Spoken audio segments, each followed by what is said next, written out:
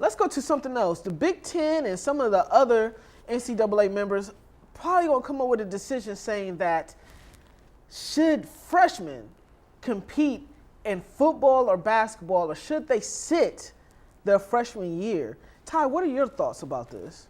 Well, I know when I first heard about this, it seemed like the Big Ten was really leading the charge. And when it comes to recruiting, it's not going to sit too well with your big money sports.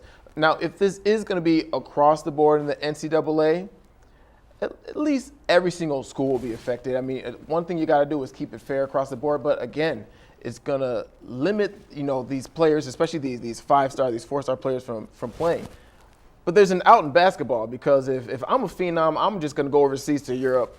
I'm going to go somewhere I can play and get paid for a year, in juxtaposition to the NCAA, and then just come back for the pros, after that season abroad. I understand why the NCAA is trying to do this. They're trying to keep some of their student athletes in college a little bit more, but the way that they're going about it is all wrong. I cannot understand why you would do this to your big money sports. And you alluded to a great point. If I'm someone that's playing basketball and I got to stay in college for 1 year, Brandon Jennings, Emmanuel Mudiay, I'm going across the seas. I'm going to play in somewhere else where I can make money for that first year before returning back to the NBA.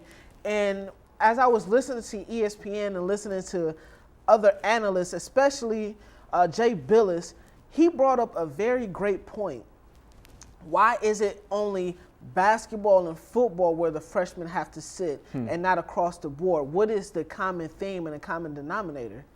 African-American athletes that predominantly run those two sports. So it brings in another situation to say it doesn't give a young person an opportunity to play and showcase their skills. When you think about Lou Cinder, when he was a freshman playing for the freshman team in UCLA and dominating folks, that's where the rule occurred from. The Fab Five, we would never hear about them. It's just a lot of uncertainty, and I feel like it's going in the wrong direction too as well. And when we talk about the NCAA, what does it boil down to them as well? Money. It's a lot of hypocrisy when we're talking about the NCAA. So essentially, they just want to keep these players who have really, really strong brands around longer, while March Madness drives itself. It's March Madness. But imagine if you can add to that the anticipation of 4 or 5-star All-American McDonald's player, of really anticipating seeing him in a tournament, it adds some luster, especially to college basketball, which everyone won and they're gone, and people feel like they can't get that chemistry, and you can't really get the really great teams that we've seen in the past.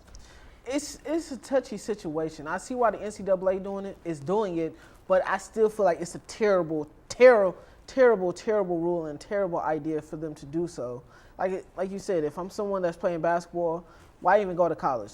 If I'm guaranteed to be a top pick, if I'm Jahlil Okafor, or if I'm Stanley Johnson, or if I'm some of the other Carl Towns, some of these other freshman phenoms, I'm going across the seas. If I have to sit out my freshman year, I'm going across the seas. And it's really going to be a disgrace, because some of the best basketball teams have had freshmen on those teams, that has had the social impact. So definitely interesting. It's hard on the ears, but it is what it is. I mean, a lot of these players, especially when they have the talent to go to the pros, they're not going to sit around and wait even longer to get there.